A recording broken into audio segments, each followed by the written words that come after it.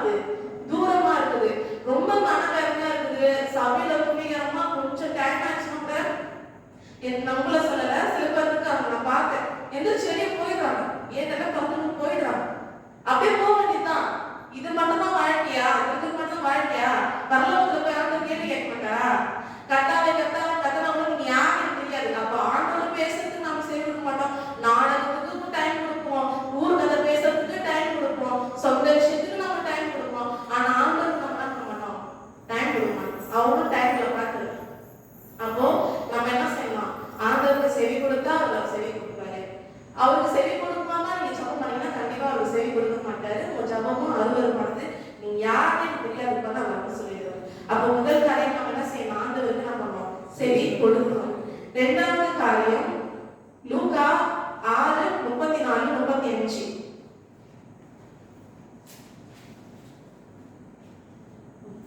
திரும்ப கொடுப்பார்கள் என்று நம்பி நீங்கள் கடன் கொடுத்தால் உங்களுக்கு பலன் என்ன? திரும்ப தங்களுக்கு கொடுக்கும்படியாக பாவிகளும் பாவிகளுக்கு கடன் கொடுக்கிறார்களே. உங்கள் சத்துருக்களை சிநேகியுங்கள், நன்மை செய்யுங்கள், கை மாறி கருதாமல் கடன் கொடுங்கள். அப்போ இதுல நம்ம என்ன கொடுங்கள் அப்படின்னு ஆண்டவர் இரண்டாவது என்ன சொல்றாங்கன்னா 35வது வசனத்துல கை மாறி கருதாமல் கடன் கொடுங்கள் அப்படின்னு ஆண்டவர் சொல்றாரு. அப்போ நீங்க ஒருத்தவங்களுக்கு கொடுக்கும் போது திரும்ப கொடுப்பாங்க அப்படின்னு நீங்க கை மாறி கருதாம நீங்க செய்யுங்க அப்படின்னு என்ன பண்றாரு, அவங்க கொடுத்து அவங்க எப்படி கொடுப்பாங்க, அவங்க கொடுக்குற கெப்பாசிட்டி அவங்க எப்படி செய்வாங்க அப்படின்னு ஆண்டவரெல்லாம் ஆராய்ச்சி பண்ண சொல்ல. உங்ககிட்ட கேட்கறவங்களுக்கு நீ கொடுப்பா, கை மாறி கருதாம அவங்க திரும்ப கொடுப்பாங்களா? இன்னும் மோசமானதுன்னா கிறிஸ்டியன்ஸ்ல நிறைய பேர் வட்டிக்கெல்லாம் மறுபட செய்யறாங்க. அதெல்லாம் கண்டிப்பா செய்யவே கூடாது. எவ்வளவு பெரிய பாவம் தெரியுமா, அது வசனமே இருக்கு. அப்போ நம்ம என்ன பண்ணோம், கை மாறி கருதாம கொடுக்கணும்னு ஆண்டவர் சொல்றாரு. அப்போ நீங்க மத்தவங்களுக்கு கை மாறி கருதாம கொடுத்தீங்கன்னா நான் உங்களுக்கு என்ன கொடுப்பேன் அப்படின்னு ஆண்டவர் சொல்றாரு. நீதிமொழிகள் 19:17.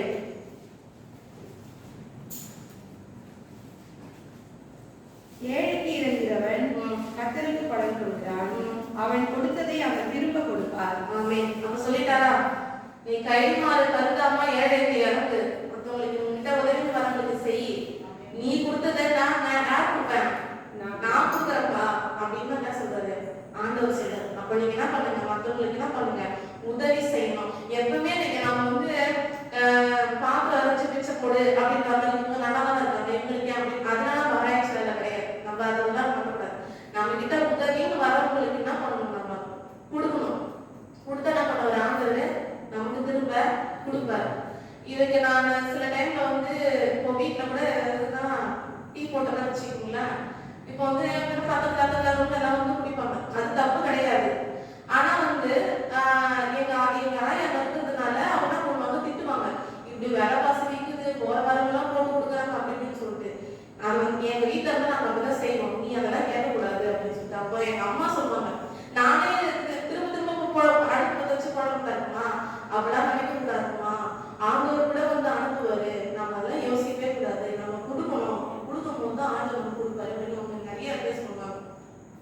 அப்ப நம்ம என்ன செய்யணும், உங்களால என்ன முடிஞ்சதோ என்ன கொடுக்க முடியுதோ நம்ம என்ன பண்ணலாம், கண்டிப்பா மற்றவங்களுக்கு நம்ம கை மாறி கருதாம செய்யும் போது ஆண்டவர் நிச்சயம் கொடுப்பாரு. இது ஒரு சாட்சியை கூட நான் சொல்ல விரும்புறேன். இப்ப எனக்கு சொல்ல தோணுது, பெரிய சின்ன விஷயம் தான் ஆண்டவர் எப்ப செஞ்சாரு. இப்போ சண்டே கிளாஸ்ல பசங்களுக்கு என்ன பண்ணுவேன், இவங்க பைபிள் படிக்கிறது சரி, இவங்களை எப்படா படிக்கணும்னு சொல்லிட்டு ஒரு கொஸ்டின் சமைச்சு இதுக்கு ஆன்சர் கண்டுபிடிங்க அப்படின்னு அனுப்பிச்சுட்டேன். அப்போ வெறும்னே நம்ம விட்டா அவங்களுக்கு என்ன ஆகும், ஒரு இன்ட்ரெஸ்ட் ஆகும். நம்ம ஒரு சாக்லேட் ஏதாவது இப்போ எத்தனை பேர் இருக்கிறாங்களோ அதை மாதிரி கொடுக்கணும்னு சொல்லிட்டு நான் அதை ஸ்டார்ட் பண்ண நினைச்சேன். சப்பா நான் வீட்டில் ரெடியா தான் இருக்கேன், எல்லா நாளும் எல்லா வாரமும் என்கிட்ட காசு இருக்காது, ஆனா உங்களோட சித்தம் நீங்க எப்படியாவது கொடுப்பீங்க, உங்க மேல வார்த்தை போட்டு நான் அதை செய்யறேன்னு சொல்லி ஸ்டார்ட் பண்ணேன். போன வாரம் எனக்கு சுத்தமா காசே இல்லை, என்கிட்ட 10 ரூபாய் கூட இல்லை.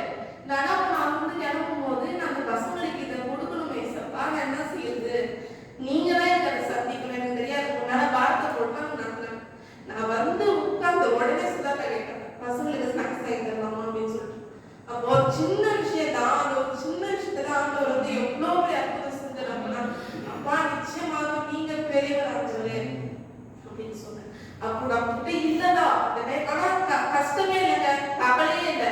இவ்வளவு போன மாசம் கட்டு கட்ட எங்க செஞ்ச ஆண்டவரு இந்த ஒரு மாசம் நம்ம சொல்ல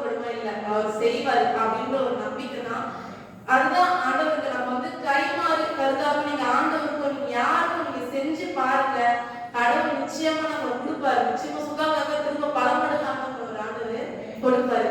அப்படிதான் ஐஸ்வர்யா கூட வாரம் வாரம் பசங்களுக்கு ஸ்நாக்ஸ் வந்து அவளுக்கு என்ன கஷ்டம் இருக்கும் அதை கரெக்டா பண்ணிட்டு இருக்கா.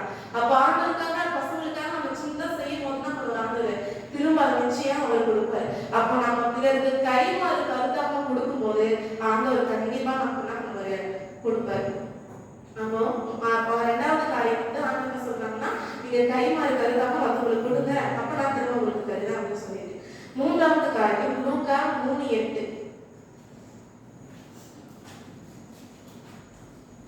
மனத்திரும்புதலுக்கு ஏற்ற கனிகளை கொடுங்கள். ஆபிரகாம் எங்களுக்கு தகப்பன் என்று உங்களுக்குள்ளே சொல்ல தொடங்காதீர்கள். தேவன் இந்த கல்லுகளினாலே ஆபிரகாமுக்கு பிள்ளைகளை உண்டு பண்ண வல்லவராய் இருக்கிறார் என்று உங்களுக்கு சொல்லுகிறேன். மனம் திரும்புதலுக்கு ஏற்ற கனிகளை கொடுங்கள். நம்மளுடைய கனிகள் என்ன? ஆவியின் கனிகள். கலாத்தியர் 5:22-23. அப்போ வந்து அன்பு, சந்தோஷம், சமாதானம், நீடிய பொறுமை, தயவு, அர்ப்பணம், விசுவாசம், சாந்தம், நிச்சயம். அப்போ ஆண்டவர் சொல்றாங்க, மனம் திரும்புவதற்கு ஏற்ற இந்த கனியெல்லாம் நீங்க என்ன பண்ணணும்? கொடுக்கணும். மற்றவங்க நம்ம ஆண்டவருடைய பிள்ளைங்கன்னா நிச்சயமா இந்த கனியெல்லாம் நம்ம கிட்ட கண்டிப்பா இருந்துட்டே இருக்கணும். பொறுமை கூட கிடையாது, நீடிய பொறுமை இருக்கணும். நீடிய சொல்லிட்டே இருக்கலாம். அந்த அளவுக்கு நம்ம என்ன இருக்கணும்?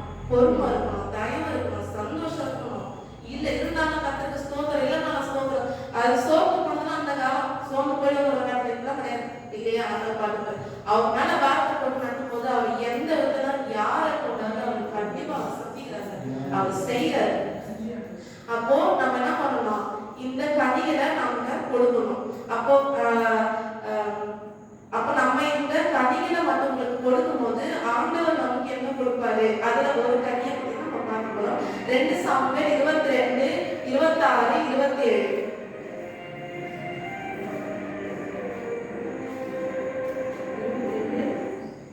2 சாமுவேல் 22, 26. தயவுள்ளவனுக்கு நீ தயவுள்ளவராகவும், உத்தமனுக்கு நீ உத்தமராகவும், புனிதனுக்கு நீ புனிதராகவும். அப்போ ஆண்டவர் என்ன பண்றாரு? தயவுள்ளவனுக்கு அவர் தயவுள்ளவரா இருக்கார். நீங்க மத்தவங்களுக்கு தயவா இருந்தாதான் அவர் என்ன பண்ணுவாரு? தயவா இருப்பாரு. மத்தவங்களுக்கு நீங்க அன்பு செலுத்தினாதான் என்ன பண்ணுவாரு? அவர் அன்பு செலுத்துவாரு. அப்போ வந்து நம்ம என்ன பண்றது? ஆவியின் கனிகளை கொடுக்கணும்.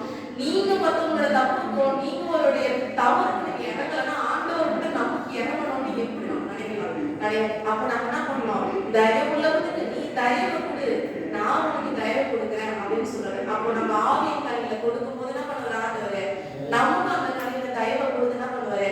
அவர் ஆசீர்வதிப்பார். நான்காவது காரியம் வந்து லூக்கா 18, 16 நான் சொல்லிடுறேன். லூக்கா வந்து 18, 16. அப்போ வந்து என்ன பண்ணுவாரு? ஆண்டவர் வந்து இயேசுவோ உங்களை கொண்டு வரும்படி கட்டளையிட்டு சிறு பிள்ளைகளை எடுத்து வரைகளுக்கு இடம் கொடுங்கள், அவைகளை தடை பண்ணாதீர்கள். தேவனுடைய ராஜ்யம் அப்படிப்பட்டவர்களுடையது. எவனாகிலும் சிறு பிள்ளையை போல் தேவனுடைய ராஜ்யம் ஏற்றுக்கொள். தேவனுடைய ராஜ்யம். அப்ப என்ன பண்ணோம்? சிறு பிள்ளைகள் ஆண்டவர்கிட்ட வரதுக்கு நம்ம என்ன செய்யணும்? இடம் கொடுக்கணும். அப்ப நீங்க இடம் கொடுத்தீங்கன்னா பரலோகத்துல உங்களுக்கு என்ன இருக்கு? இடம் உண்டு. நிச்சயமா சின்ன பிள்ளைங்க உங்களுக்கு என்ன செய்யும்? இதுல வயசு வித்தியாசம் அதெல்லாம் நம்ம பார்க்கவே கூடாது. ஆண்டவருடைய கண்ணுக்கு முன்னாடி பெரியவங்க சின்னவங்களாம் கிடையாது. அவர் பார்க்கறாரா? உங்களுக்கு இத்தனை வயசு, இதான் முதல்ல பண்ணோம், உங்களுக்கு இத்தனை வயசு, நீ 2வது பண்ணணும்னு சொல்றாரா? அவருக்கு வயசு வித்தியாசம் கிடையாது. எல்லாமே அவர் கண்களுக்கு என்ன பண்ணணும்? சமம் தான்.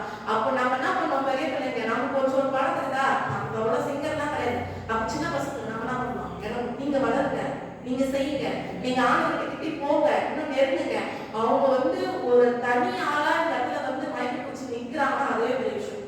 அவங்க பாடுறதோ இல்ல அதெல்லாம் அடுத்த பட்சம் தான். நம்மளும் ஒரு பெரிய பாடகர் கிடையாது. அந்த குழந்தைக்கு என்ன வளர்ந்தாலும் ஒரு சின்ன குழந்தை வந்து அம்மா அப்பா ஒரு சரியா பேசாது. ஆனா அவங்க அப்பா அம்மா வந்து குழந்தை எப்படி பேசுது பாரு அப்படின்னு ஒரு ஆசையா இருக்கும். அப்போ நமக்கு பேசுறது ஏதோ ஒரு வளர்ந்தா கூட ஆண்டவருக்கு தான் பண்ணுவோம். அவருக்கு வந்து என் குழந்தை எப்படி பேசுது பாருங்க, அவர் ரசிப்பாரு. அப்ப சின்ன பிள்ளைங்க நாங்க என்ன பண்ணணும்?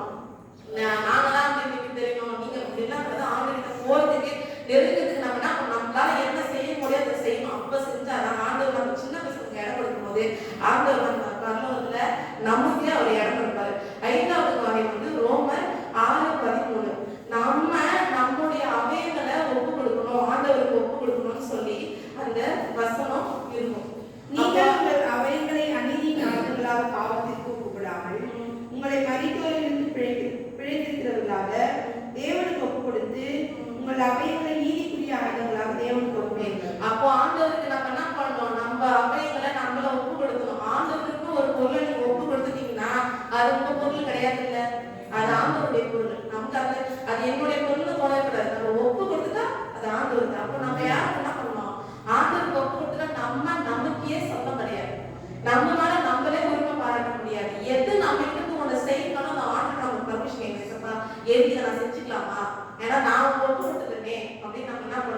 ஆண்டவர்கிட்ட நம்ம கேட்கணும். அப்ப ஆண்டவருக்கு நீங்க ஒப்பு கொடுத்தா ஆண்டவர் உங்களுக்கு என்ன செய்வார்? கலாத்தியர் 1:4. அவர் நம்மை இப்பொழுது இருக்கிற பொல்லாத பிரபஞ்சத்தில் நின்று விடுவிக்கும்படி நம்முடைய பிதாவாகிய தேவனுடைய சித்தத்தின்படியே நம்முடைய பாவங்களுக்காக தம்மை தாமே ஒப்பு கொடுத்தார். அப்போ நம்ம ஒப்பு கொடுத்தா அவர் ஒப்பு கொடுப்பார்ன்றது கிடையாது. அவர் ஏற்கனவே என்ன பண்ணிட்டார்? நம்முடைய பாவங்களுக்காக அவர் ஒப்பு கொடுத்து விட்டுட்டார். அப்ப அதை பார்த்து நம்ம என்ன செய்யணும்? இன்னும் ஒப்பு கொடுக்கலையா? ஆண்டவருக்காக என்ன பண்ணணும்? நம்மள ஒப்பு கொடுக்கணும். அப்போ திரும்ப ஆண்டவர் நம்ம ஒப்பு கொடுத்தா கொடுப்பான்றது கிடையாது. எல்லாத்தையும் நீ கொடுத்தா நான் கொடுப்பேன், நீ கொடுத்தா நான் கொடுப்பேன். ஆனா இதை மட்டும் நான் கொடுத்துட்டேன், நான் ஒப்பு கொடுத்துட்டு பாவுக்காக நீ என்ன பண்ணணும்? உன்னை எனக்கு ஒப்பு கொடுன்னு சொல்லி ஆண்டவர் கேட்கிறார். ஆண்டவர் கொடுத்த இந்த வார்த்தைக்காக நன்றி.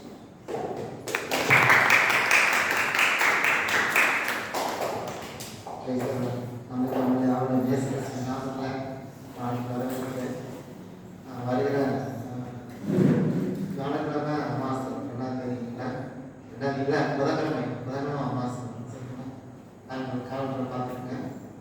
அதனால் அமாவாசை கொண்டு கவர்மெண்ட் நம்ம இருக்கோம், நம்மளுடைய வாழ்த்துக்கிறோம். தொடர்ந்து நான் தேவ சமூகத்தில் கொடுத்து நான் சொல்லிப்போம். தேவனே நல்ல அருமையான நாளுக்காக நன்றி. இப்பொழுது கூட நம்ம கேட்ட என்னுடைய வார்த்தைகளுக்காக சொல்லிக்கிறோம், நம்ம ஸ்தோத்திரிக்கிறோம். கொடுங்கள் என்னுடைய செடிகளை கொடுக்கத்தக்கதாக, இந்த அவைகளை கொடுக்கத்தக்கதாக தெரிந்து கொண்டீரே ஸ்தோத்திரம் அப்பா.